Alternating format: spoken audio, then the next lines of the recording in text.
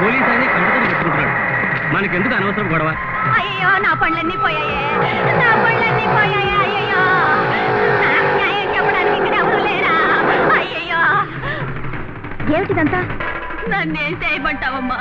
ఈ ఊళ్ళో ఒక పొగరబోతున్నాడు.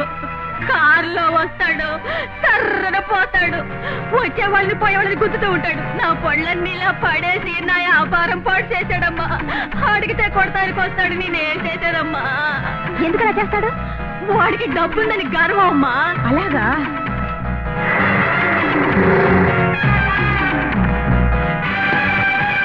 ఎంత పొగరే నీకు? ఎందుకే నా కారు కట్టొచ్చా? నీ కారు కట్టురాలా? ఈ కారు పెట్టుకొని అమాయకుల్ని ఏడిపిస్తున్నావే, నీ దుర్బుద్ధికి అడ్డొస్తున్నా. రావణని తమ్ముడా, వదలవే దారి. నువ్వదలరా దారి. ఇది ఫారెన్ కారే, నువ్వు తోలేది డాల్డా డబ్బా. మర్యాదగా దారుదులు, లేదా నీ మోటార్ బైక్ తో సహా నిన్ను తుక్కు తుక్కు చేస్తా.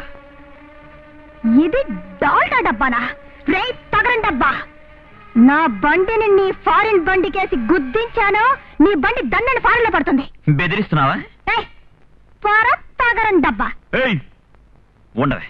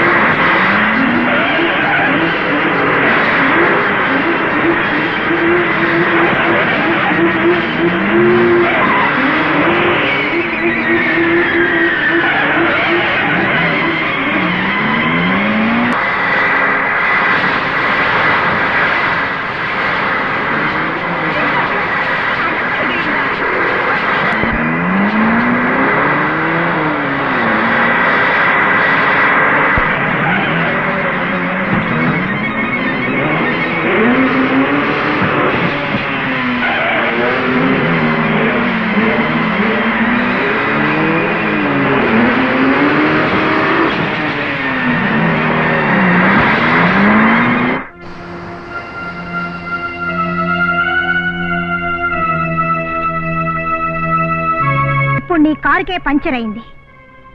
ఇంకోసారి అమాయకులు ఎవరినైనా ఏడిపించావో నిన్నే పంచర్ చేస్తాను. జాగ్రత్త. నా తల్లే, నా అమ్మే, నీకెంత ధైర్యం అమ్మా!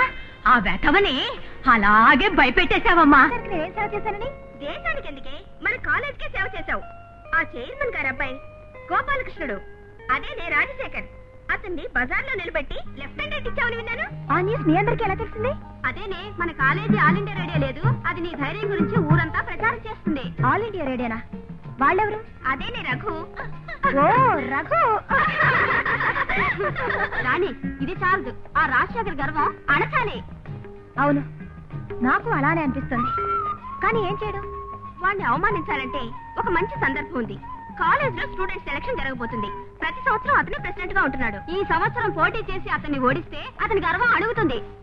సరేనని చెప్పు రాణి, ప్లీజ్. సరే, మీరంతా ఓకే అంటే నేను ఓకే.